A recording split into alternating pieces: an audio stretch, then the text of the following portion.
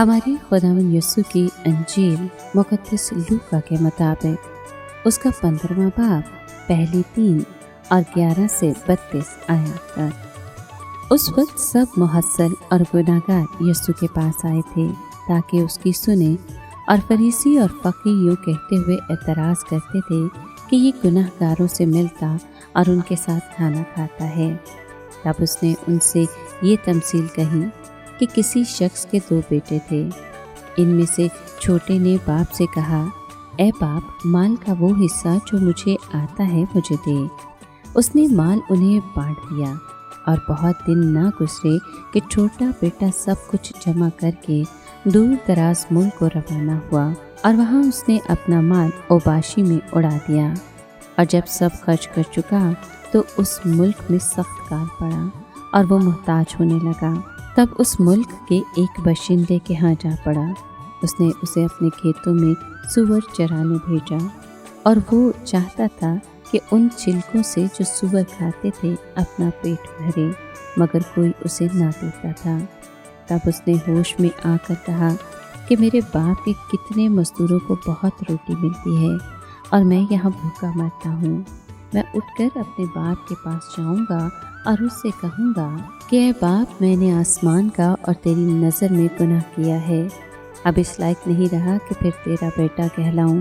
مجھے اپنے مزدوروں میں سے ایک کی مانند بنا۔ اور اٹھ کر وہ اپنے باپ کے پاس چلا، اور ابھی وہ دور ہی تھا کہ اس کو دیکھ کر اس کے باپ کو ترس آیا، اور دوڑ کر اس کو گلے لگا لیا اور مکرراً چوما۔ بیٹے نے اس سے کہا کہ اے باپ، میں نے آسمان کا اور تیری نظر میں گناہ کیا ہے، اب اس لائق نہیں رہا کہ پھر تیرا بیٹا کہلاؤں۔ مگر باپ نے اپنے غلاموں سے کہا کہ جلدی سے اچھی پوشاک نکال لاؤ اور اسے پہناؤ، اور اس کے ہاتھ میں انگوٹھی اور پاؤں میں جوتی پہناؤ، اور پلے ہوئے بچڑے کو لا کر ذبح کرو کہ ہم کھائیں اور خوشی منائیں، کیونکہ میرا یہ بیٹا مردہ تھا، اب زندہ ہو گیا ہے، کھو گیا تھا، اب ملا ہے۔ بس وہ خوشی کرنے لگے۔ اور اس کا بڑا بیٹا کھیت میں تھا۔ جب وہ گھر کے نزدیک آیا تو راگ اور ناچ کی آواز سنی۔ تب ایک غلام کو بلا کر پوچھا کہ یہ کیا ہے؟ اس نے اس سے کہا، تیرا بھائی آیا ہے، اور تیرے باپ نے پلا ہوا بچڑا ذبح کیا ہے، اس لیے کہ اسے صحیح سلامت پایا۔ اس نے خفا ہو کر نہ چاہا کہ اندر جائے، مگر اس کا باپ باہر آ کر اسے منانے لگا۔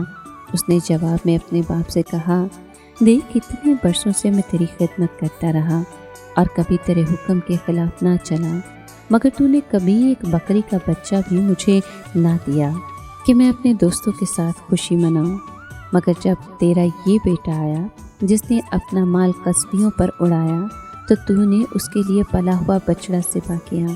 اس نے اس سے کہا، بیٹا، تو ہمیشہ میرے پاس ہے، اور جو کچھ میرا ہے وہ تیرا ہی ہے، لیکن خوشی منانا اور شادمان ہونا واجب تھا، کیونکہ تیرا یہ بھائی مردہ تھا، اب زندہ ہو گیا ہے، کھو گیا تھا، اب ملا ہے۔ پاک کلام کے پڑھے اور سنے جانے پر خداوند کی برکت ہو، خدا کا شکر ہو۔ عزیز دوستو، آج کی تمثیل یسوع مسیح کی تعلیم کے مرکزی موضوعات پر بات کرتی ہے، اور یہ موضوعات خدا کی غیر مشروط محبت، توبہ کی اہمیت اور چھٹکارے کی شادمانی ہیں۔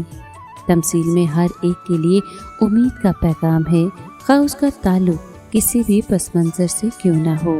چھوٹے بیٹے کی طرف سے وراثت کا حصہ طلب کرنا اور پھر باپ کو چھوڑ کر چلے جانا اس بات کا نشان ہے کہ اس نے خاندانی اور معاشرتی اقدار سے اپنی پیٹھ پھیر لی تھی۔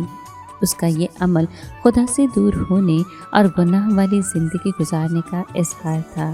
اس کے بعد اسی بیٹے کی قسم پرسی اور بدحالی اور بالآخر اس کا اپنے گھر واپس جانے کا فیصلہ توبہ کے عمل کی تصویر دکھاتا ہے۔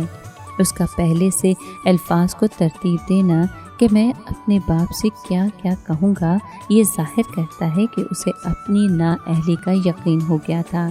یہ یقین توبہ کا کلیدی اور بنیادی عنصر ہے۔ باپ کا ترس اور بیٹے کو فوری طور پر قبول کرنا اور بیٹے کے اقرار سے بھی پہلے اس کا اسے معاف کرنا خدا باپ کی فوری رضامندی اور قبولیت کا نشان ہے۔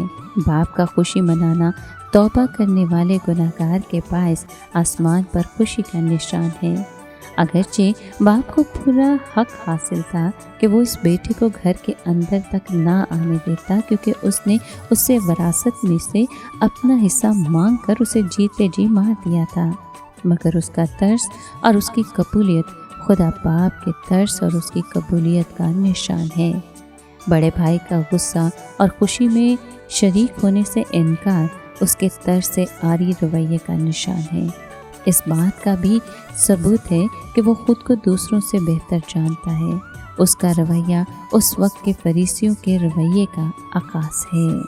آج کا کلام ہمیں توبہ، معافی اور صلح کی دعوت دیتا ہے۔ یہ تمثیل ایمانداروں کو اپنے روحانی سفر پر غور کرنے، خدا کی غیر مشروط محبت اور معافی کو اپنانے اور دوسروں کو خدا کے فضل میں شریک کرنے کی دعوت دیتی ہے۔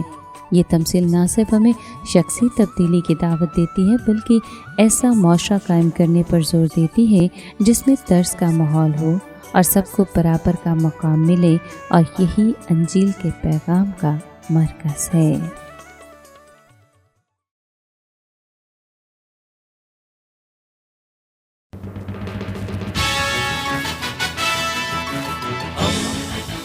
دوستی کا پیمبر، ریڈیو ویریتاس ایشیا۔